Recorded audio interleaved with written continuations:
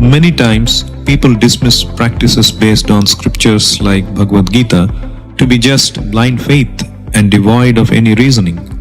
Let's say in a mother's womb there were two babies. Let's call them Hope and Doom. Hope believed in life after their delivery and told Doom, "Hey Doom, you know there is life after delivery?" Doom said, "Ridiculous. What kind of life would that be?" Hope replied, "I don't know, but there will be more light than here. Maybe we will walk with our legs and eat from our mouths."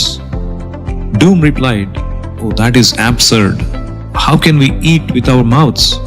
Completely illogical. The umbilical cord supplies nutrition and everything we need." Hope insisted, "Maybe we don't need this umbilical cord anymore. Maybe we will meet Mother and she will take care of us." Doom replied, "Mother? Are you insane? If she exists, can you show where she is now?" Hope said, "Oh, she is all around us. It is in her that we live. Without her, our world would not exist." Now, for someone outside of the womb, the so-called logical arguments of Doom conveys his ignorance and short-sightedness, whereas the so-called blind faith of the baby Hope appears completely logical, reasonable, and sensible.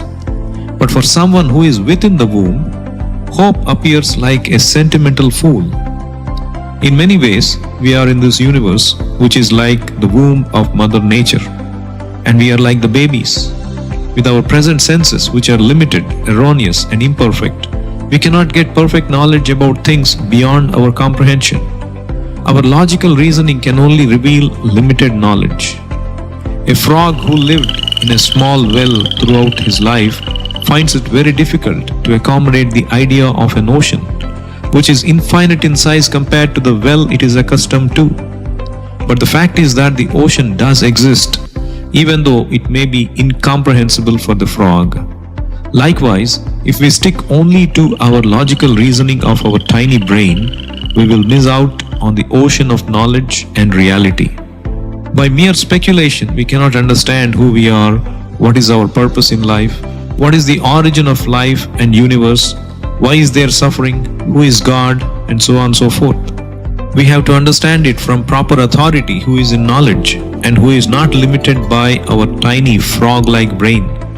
Just like a child may be completely ignorant about a watch, but when the father enlightens him about the watch and how it should be used, the child becomes immediately knowledgeable about the watch and immediately goes above his mental limitation. Similarly, if you want to find out who is your father, you cannot rely on the power of your logic and reason. You have to go to the proper authority, that is your mother. So you must approach an authority for receiving perfect knowledge. When we receive knowledge from God, the perfect authority, then we rise above our limitation of our mind and senses. The Vedic scriptures, and especially the Bhagavad Gita, is direct knowledge from God, Krishna. And great authorities like Madhvacharya, Ramanujacharya, Chaitanya Mahaprabhu, Vyasadev, Narada Muni, who are known for their purity, integrity, have all accepted this knowledge of the Bhagavad Gita and Vedic scriptures. And when we receive knowledge from these authorities, it is as good as getting perfect knowledge from God. Does this mean there is no scope for reasoning in spirituality? Absolutely there is. In fact, Lord Krishna says in Bhagavad Gita, "He who studies this sacred conversation worships me by his intelligence." This means applying our logic and reasoning to understand Bhagavad Gita and gradually become knowledgeable in these higher concepts. For example, Lord Krishna says in Bhagavad Gita, "I am the seed-giving father of all living entities." To understand this logically, we see that every living entity in this world comes from a father. That father in turn has another father. In this way, if we go all the way up, there must be an original father of all. And the same is being confirmed by Lord Krishna here.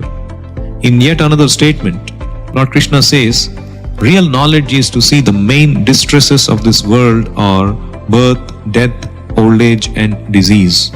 When we look at the world, we see that irrespective of who they are, all beings undergo these four tribulations. And in another statement, Lord Krishna says, this material nature is working immaculately by my superintendence. To understand this logically, take an example of a space station. To launch, control, and monitor a simple satellite or a spaceship, it requires so much of system, governance, resources, plans, and so on. Similarly, this gigantic universe with innumerable planets, stars, cosmic objects is running with precise laws, system, and order. So logically, there must be a cosmic governance and a supreme person in charge of that governance. When there are laws, there must be a lawmaker. When there is a system, there must be an intelligent person who designed that system. A kindergartner student finds the concept of negative numbers illogical and absurd.